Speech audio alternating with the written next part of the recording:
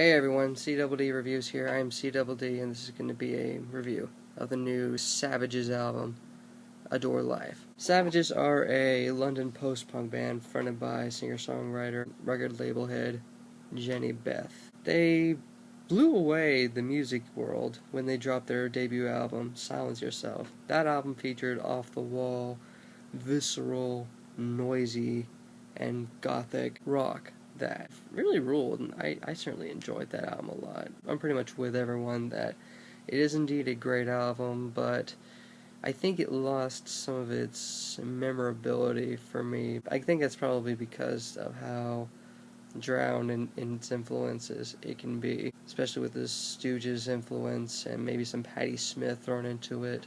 Maybe some other proto-punk stuff. The album cover itself kind of looked like a proto-punk album cover. Still, enjoyable album. That led me to definitely anticipate a new album coming their way, especially given the two singles of theirs I heard.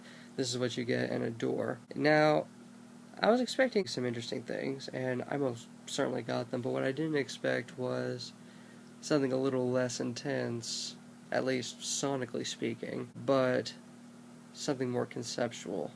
Something more wild and relatable. Now, this album is about 10 tracks long, 40 minutes total, and it kicks off with The Answer. There are these really arrhythmic guitar and bass coming together, but they're only slightly not in tempo, but they're also together at the same time, in sync. As to the herky-jerkiness of the feel of this track, Jenny's pretty much singing about if this person doesn't love her, then she can't love anyone else. There's like these two lyrics that provide thematical motifs throughout the album. I'm going insane, and love is the answer. And that certainly seems the case with the next track, Evil. She's pleading for this person not to change.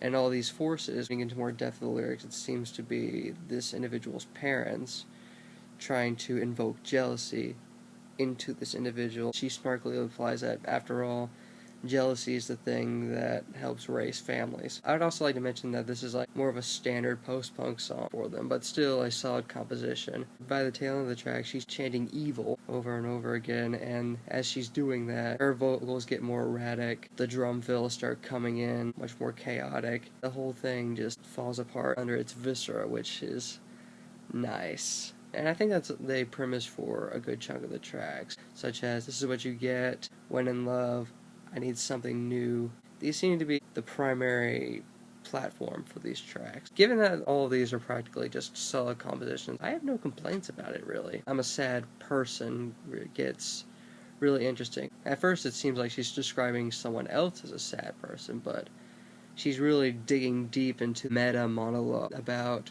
herself and the condition of her brain that came from either losing an individual or realizing that she's not going to have this individual, as she's trying to rationalize her way through not loving this individual or loving period, since she makes the observation that love is just the same neurotransmitter that shoots off as you do cocaine, which is very nihilistic in a way, but I dig it. It's sinister enough. Then we get to the track Adore, which is my favorite track on the album. It's not like balls to the wall visceral, but it's actually a bit more subtle, a bit more personal, I would say. Jenny singing about things she seems to regret, like if only if she could like hold off her lust long enough, if only if she couldn't feel regret, and then she asks herself, is it human to adore life? These vocals being guided by this really nice and warm bass part, subtle drumming that increases in sound every now and again, which is interesting.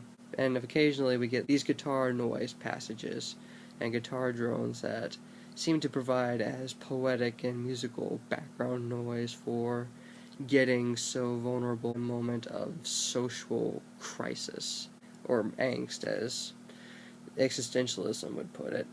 And then after this, she declares that she adores life. She may die tomorrow, but she wants everyone to know that she adores life. This declaration comes after about 5 or 6 seconds of silence, and says this over and over and over again. As the bass comes in, the guitar and drone gets noisier and noisier. The drum rolls and fills get louder, faster, and just outright chaotic, that it drowns out the moment of vulnerability before she goes back into this state of weariness and borderline insanity. After Adore, it follows like some more standard tracks, at least in terms of instrumentation, but she gets more disturbing lyrically over time, which is pretty interesting. I can't say that these are my all-time favorite tracks on the album. I think When in Love is actually my least favorite still.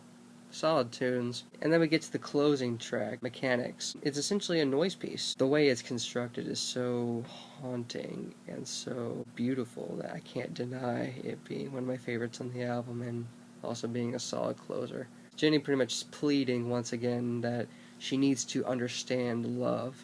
She wants to understand and obtain love.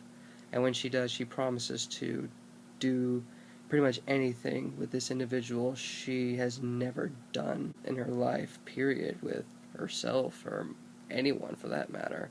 I love this guitar part that seems so dark and just so final. It's really moving. But yeah, I think where a lot of people are going to get lost on this album is how subtle this goes around.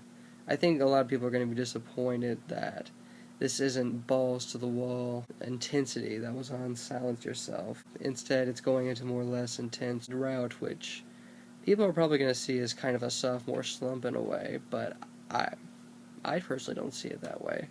I personally think it's a band coming into their own, the same way Ice Age has come into their own, the same way Ought has come into their own, the same way Algiers, even with their debut album, have came into their own.